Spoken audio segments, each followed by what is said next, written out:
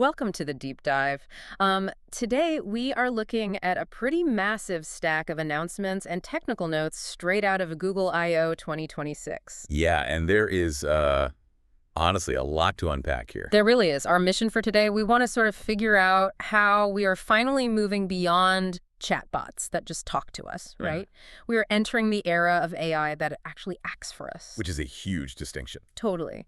So we'll be exploring Google's new Gemini updates and uncovering why the ultimate winner in the AI race won't necessarily just have the smartest model. They might just have the best real estate on your screen. Right, the real estate is key. Yeah. Because, usually when we think about hiring an assistant, like a real human assistant, there is a very clear expectation of what that relationship looks like. You expect them to do things. Exactly. You give them a task, maybe a complicated list of errands, and then they go out into the physical world and actually do the work. They take action on your behalf. But if we look at the last few years of artificial intelligence, it has been a bit like hiring a brilliantly smart assistant who fundamentally refuses to leave their desk. Right. You ask them to help you book a complicated flight itinerary, and instead of navigating the booking system, they just hand you a beautifully written essay on the history of aviation. And maybe a list of suggested airlines if you're lucky. Exactly. They talk to you, but they don't act for you. And, if you are listening to this right now and you have ever felt completely overwhelmed by having to juggle a dozen different AI tools, copying text from one window, pasting it into another, stick around. It's very real frustration. It is. Trying to stitch it all together yourself is exhausting. But we are going to explain exactly how the major tech giants are planning to make all of that friction just disappear. Yeah, and the announcements out of Google I/O 2026 really laid the groundwork for this transition. They unveiled new models, new systems, and these deep integrations across their entire ecosystem. Like search and workspace. Right. Search, workspace, even developer workflows. But the core narrative, the thing hidden in all the technical jargon, was clear. They are transitioning from tools that help users write toward systems that help users execute. And the star of that show was Gemini 3.5 Flash. It was. Google described this as part of a model family that combines frontier intelligence with real action. And the specific feature that caught my eye in our source notes is something called managed agents in the Gemini API. Yes, that is a huge leap forward. From what I understand, a developer can make a single API call, and that call spins up a dedicated agent that can reason through a problem, write code, execute that code, and actually remember what it is doing over time. Right. This represents a massive shift to what the industry is calling the agent layer pause, clearly. Okay, the agent layer. Yeah, instead of just a chat interface, the AI becomes an action-oriented system that actually sits on top of your existing software. Yeah. It's pulling the levers and executing multi-step tasks for you. Let me try to visualize this for everyone listening because I want to make sure we are really grasping the magnitude of this shift. Sure, go for it. Having an AI that just generates text like the older models is like having a brilliant, massive encyclopedia sitting on your desk. Okay, I see where you're going. It contains almost all human knowledge, but it just sits there passively. This new agent layer sounds like handing that encyclopedia a corporate credit card, giving it a set of car keys, and telling it to go run your errands for the afternoon. That captures part of it, definitely. But with a crucial difference we have to acknowledge here. Which is? Well, a human assistant has intuition. They know to stop if an errand suddenly seems dangerous or just, doesn't make sense. Right. The AI only has the autonomy we specifically engineer for it, which means giving it those car keys requires intense technical guardrails. And that is exactly where I have to push back a little bit. Oh. Because we have been promised these autonomous virtual assistants for a decade now. Every few years, a new voice assistant launches, and we are told it will run our lives. Yeah, we've heard that pitch before. We really have. But usually it just ends up setting kitchen timers and occasionally playing the wrong song. That's very true. So what is it about this specific update, this managed agent framework, that actually makes these new agents capable of doing real work without breaking down the second a task gets complicated? Well, that is the ultimate test for this technology, isn't it? The answer lies in two specific technical capabilities Google introduced to solve the fragility of older models. Okay. Well, let's hear them. Let's look at the first problem, amnesia. Older AI models essentially reset their brains with every new prompt.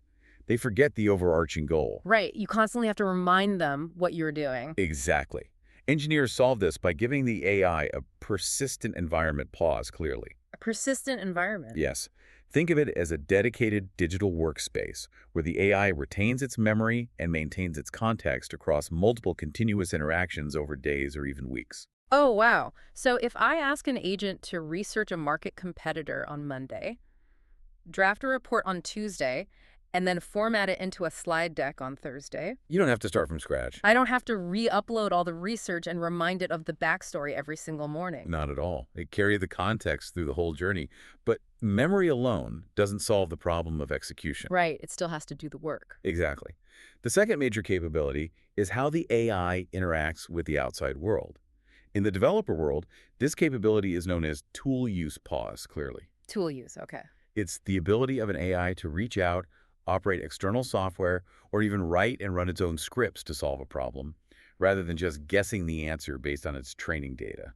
So if I ask it to calculate something incredibly complex, it isn't just like predicting the next most likely number in a sequence of text. No, it is actively writing a Python script to do the math. Wait, really? It writes its own code to solve my problem? Yes, but think about the danger there. If an AI is writing and running novel code to solve your problem, you absolutely do not want it running that code directly on your main computer's operating system. Oh, yeah, that sounds terrifying. It is. If it hallucinates a bad command, it could accidentally delete a crucial file or crash a system. This is why Google introduced the isolated Linux environment. Okay, so like a quarantine. Basically, yeah. It is essentially a highly secure, locked-down container. Hmm? The AI can build its tools, test its code, and execute its tasks in this quarantine sandbox. So if it messes up? If the code breaks, the sandbox contains the damage. The AI can read the error, rewrite the code, try again, and once it succeeds, it brings only the final polished result back to you. That is fascinating. So the intelligence is finally matched with a safe environment to actually do the heavy lifting. Exactly. But, here's the catch. Building an impenetrable Linux sandbox for a brilliant AI is an incredible engineering feat, but it is entirely worthless if I, as a user, simply forget to open the app.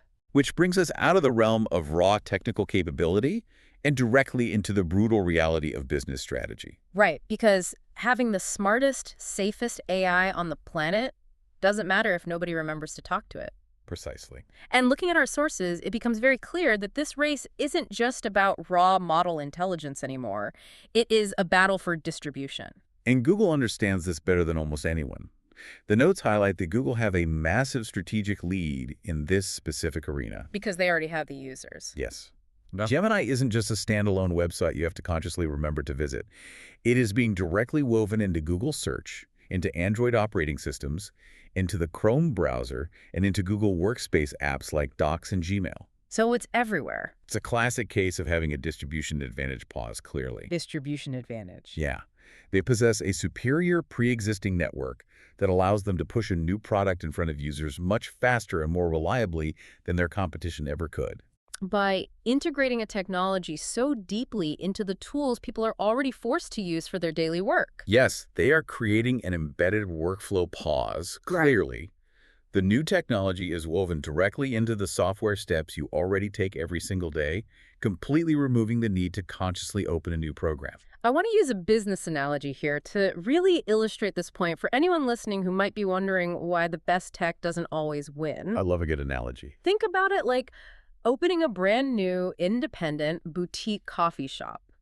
You might spend years sourcing and roasting the most intelligent, complex, incredible coffee beans in the world. Okay. Let's call that the standalone AI application. It is a beautiful product, Yep. but it requires the customer to go out of their way. Exactly. But what if your biggest competitor isn't opening a boutique? What if your competitor has secured the exclusive rights to give away pretty good coffee inside the lobby of every single major office building in the city? That's tough to beat. When people are walking into work, tired and in a rush, they aren't going to detour 4 blocks to your boutique. They're just going to grab the coffee in the lobby. Because it's convenient. Right. The competitor wins not because the coffee is vastly superior, but because it is exactly where the user already is. And the lobby coffee is Google Search. Yeah. It is Google Workspace.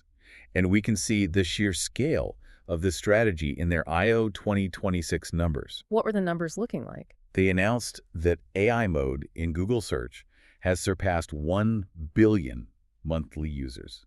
1 billion.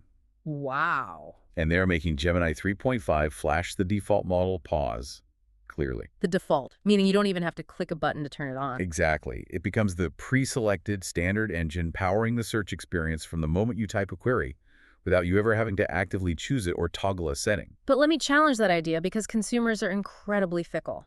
Does simply being the default actually guarantee long-term dominance?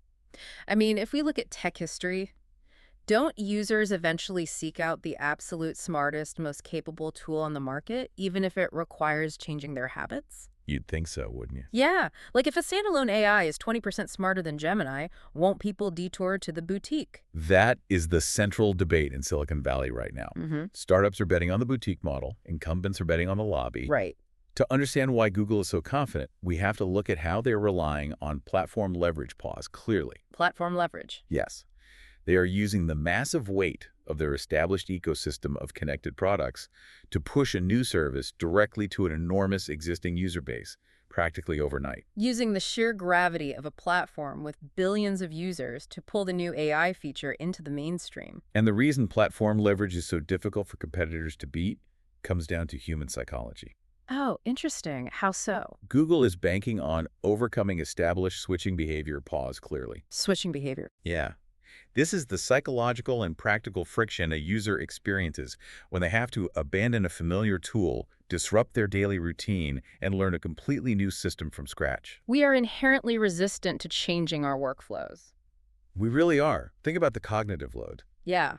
I mean, if I am typing an important email in Gmail and an AI agent is sitting right there offering to finish drafting it for me. Are you going to leave Gmail? No. The friction of opening a new tab, logging into a different AI startup's website, typing my prompt, copying the text, and bringing it back to Gmail, it is just too high. I will settle for the embedded agent every time. And by eliminating that friction entirely, Google drastically alters the user adoption curve pause clearly. So the adoption curve just shoots up. The trajectory of how quickly the broader public accepts and integrates the new product into their lives goes vertical almost instantly. While the competitors are struggling. While the competitors who are asking you to download a separate app are fighting a massive uphill battle against human nature. Okay, embedding AI seamlessly into consumer tools like search and Android makes absolute sense. It reduces friction. It makes life vastly easier for individuals. Right. But if we pull back and look at massive, complex global businesses, putting an autonomous, action-oriented AI into the mix introduces a whole new level of risk. Oh, absolutely. It moves very quickly from being a convenience to being a massive corporate liability if it is not handled with extreme precision. Think about the stakes. It is one thing if an embedded consumer AI hallucinates and generates a really weird, terrible recipe for your dinner tonight. You just throw out the food. Exactly. But if a fully autonomous enterprise agent hallucinates an action like automatically deleting a massive client database or firing off a legally binding unapproved contract to a vendor, that is a total catastrophe. A literal nightmare for any IT department. Right. I just don't see how a major corporation can possibly trust an action layer that thinks for itself. You have zeroed in on the exact barrier to entry for business AI. For enterprise clients, the value of these agents does not depend on how creative they are. It depends on safety. It depends entirely on trust, on safe integrations, and on measurable, predictable results. They cannot afford black boxes that make unilateral decisions. Which makes sense. This is exactly why Google Cloud positioned Gemini Enterprise as a dedicated, highly controlled platform.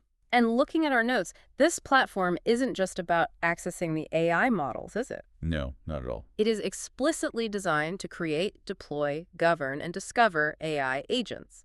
And that includes Google-made agents, custom agents a company builds internally, or even partner-made agents. The operative word in that entire ecosystem is govern.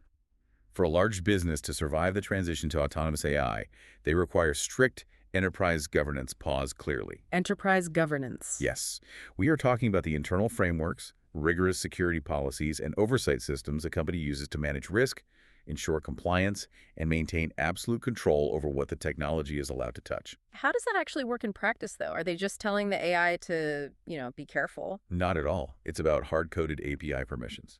Oh, okay. Gemini Enterprise allows an IT department to build an agent and explicitly define its boundaries.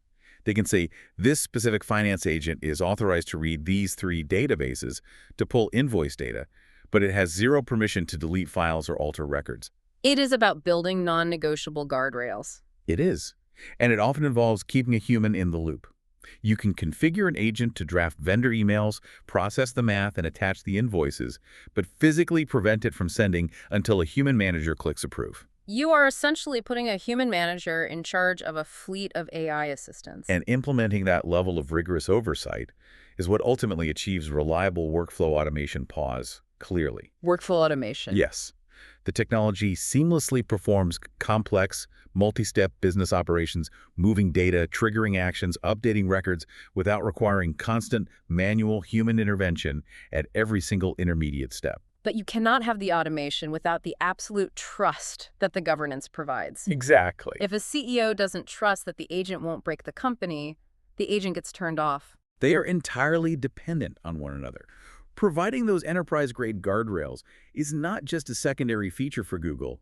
It is actually their primary go-to-market strategy pause clearly. Their go-to-market strategy. It's the overarching plan they are using to deliver the product to their most lucrative target customers, convince them it is safe to use, and gain a sustainable competitive edge over startups that can't offer the same level of security. That makes total sense. So to sort of synthesize all these threads we've been pulling today, the entire AI industry has fundamentally shifted its focus. It has. We are no longer just looking at raw intelligence and text generation. We are looking at action. The era of the conversational chatbot is rapidly evolving into the era of the autonomous agent. We now have these agents that are capable of complex reasoning, capable of executing tasks, writing code, and remembering their progress within these persistent, safe, isolated environments. This is incredible progress. It is. But the real war, the business war, isn't being fought in a research lab over who has the highest test scores. It is being fought over distribution and governance. Right. It is about who can put that agent in the lobby in front of 1 billion users first, and who can build the guardrails that make the Fortune 500 feel safe enough to actually turn the agent on. Absolutely. And as you go about your week, I want to challenge you, the listener, to really look closely at your own daily workflows. Yeah, pay attention to the software you use. You will start to notice how this agent layer is slowly, quietly being woven into the background of your screens.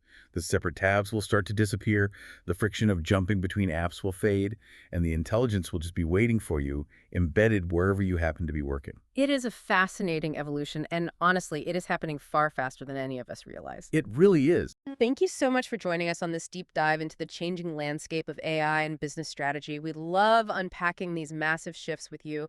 And as we wrap up today, I want to leave you with a final provocative thought. As this technology continues to take over, think about your own habits and your own comfort level. Would you rather use one universal AI assistant or AI agents built into the tools you already use?